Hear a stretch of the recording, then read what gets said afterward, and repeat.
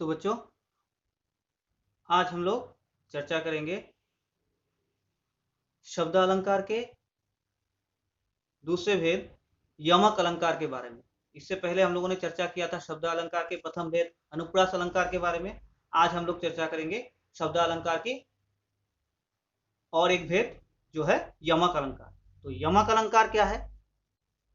जब काव्य में एक ही शब्द का प्रयोग एक से अधिक बार हो, एक ही शब्द का प्रयोग एक से अधिक बार हो और अनेक और उनके अर्थ अलग अलग हो, तो उसे यमक अलंकार कहा जाता है। यानी कि एक ही शब्द, पहले अनुप्रास अलंकार में क्या था, एक ही वर्ण का प्रयोग बार बार हुआ था, लेकिन यमक अलंकार में एक ही शब्द का प्रयोग एक से अधिक बार होता है और हर एक जगह पर उसका अर्थ जो है वो अलग अलग हो जाता है। ठीक है, अनुप्रास अलंकार में एक ही वर्ण का प्रयोग बार बार होता था, लेकिन यमक अलंकार में एक ही शब्द का प्रयोग बार बार होता है और हर एक बार उसका अर्थ जो है वो अलग अलग हो जाता है।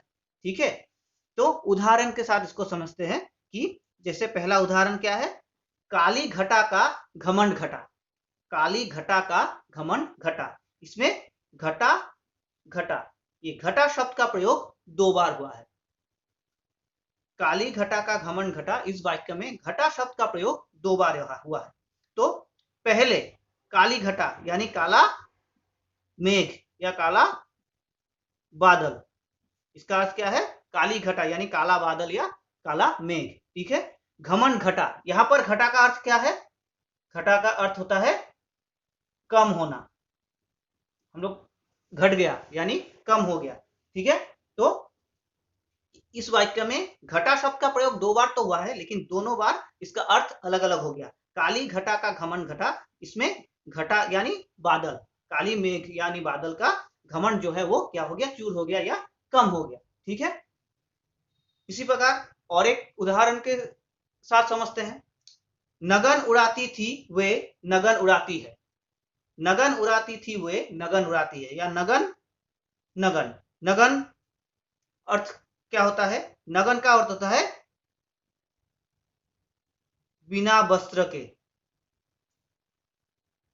हम लोग बोलते हैं नगन यानी नंगा, बिना वस्त्र के यानी बिना कपड़ों के। ठीक है, और नगन उड़ाती थी वे नगन उड़ाती है। और एक नगन का अर्थ होता है हीरा मोती रत्न। ठीक है, और यहां पर इस नगन का अर्थ होता है हीरा मोती आदि रत्न।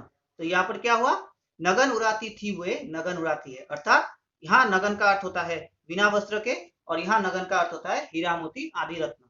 यानी नगन शब्द का प्रयोग तो दो बार हुआ है, लेकिन इसका अर्थ अलग अलग है। तो अर्थात हम लोग यमक अलंकार में क्या जान पाए कि जब काव्य में एक ही शब्द का प्रयोग एक से अधिक बार होता है, एक ही शब्द का प्रयोग एक से अधिक बार होता है, लेकिन उनका अर्थ जो है, उनका अर्थ अलग अलग होता है, तो उसे हम लोग कहेंगे यमक अलंकार। ठीक है, तो अलंकार, शब्द अलंकार के तीसरे भेद के बारे में हम लोग अगली कक्षा में चर्चा करेंगे।